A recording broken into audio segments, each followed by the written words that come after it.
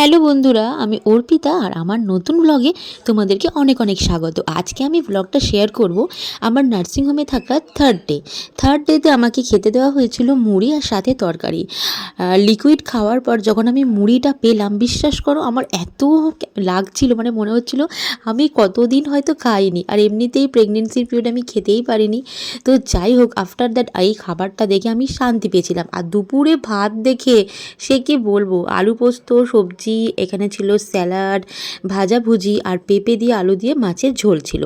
তবে তোমাদেরকে একটা কথা বলি, এই নার্সিংহোমের খাবারের কোয়ালিটি না ভীষণ ভালো। আর সত্যি মানে আমার তো দারুণ লেগেছে ওদের সার্ভিস। বিশেষ করে ওরা যে ইঞ্জেকশন দিয়েছে আমার এতটুকু পেন হয়নি। যাই হোক, খুবই ভালো লেগেছিল।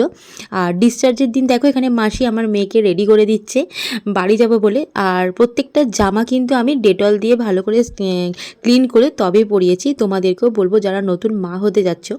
আর এটা হলো এইচকে নার্সিংহোম। আমি হয়েছি HK nursing home doctor Supratik Basu স্যারের আন্ডারে। উনি একজন বর্ধমান মেডিকেল কলেজের ডক্টর প্লাস হচ্ছে প্রফেসর, খুবই ভালো একজন ডক্টর। আর নার্সিংহোমটা ভীষণ সুন্দর, কেবিনটা খুবই সুন্দর ছিল। দেখতেই পেলে গ্রীষ্মকালের জন্য অল ফেসিলিটিস অ্যাভেলেবেল আছে, একদম এসি থেকে শুরু করে সব কিছু। আর এইটা ছিল আমার কাছে টোটালি সারপ্রাইজ। আমার মা সুন্দর করে বেলুন দিয়ে ফুল দিয়ে সাজিয়ে পাঠিয়ে দিয়েছিল। আমরা মা মেয়ে যেহেতু বাড়ি যাচ্ছি, বিশেষ করে আমার মেয়ের জন্য, তো এটা মানে আমি আর সুমন দুজনেই জানতাম না। এটা পুরোটাই সারপ্রাইজ। গাড়ি দেখে আমরা তো অবাক। তো যাই হোক, মাসিরা একদম বাড়ি পর্যন্ত মানে গাড়ি পর্যন্ত ওরা পৌঁছে দিয়েছিল। মাসিদের সার্ভিস ভীষণ ভালো ছিল, ডে অ্যান্ড নাইট দুজন মাসি ছিল।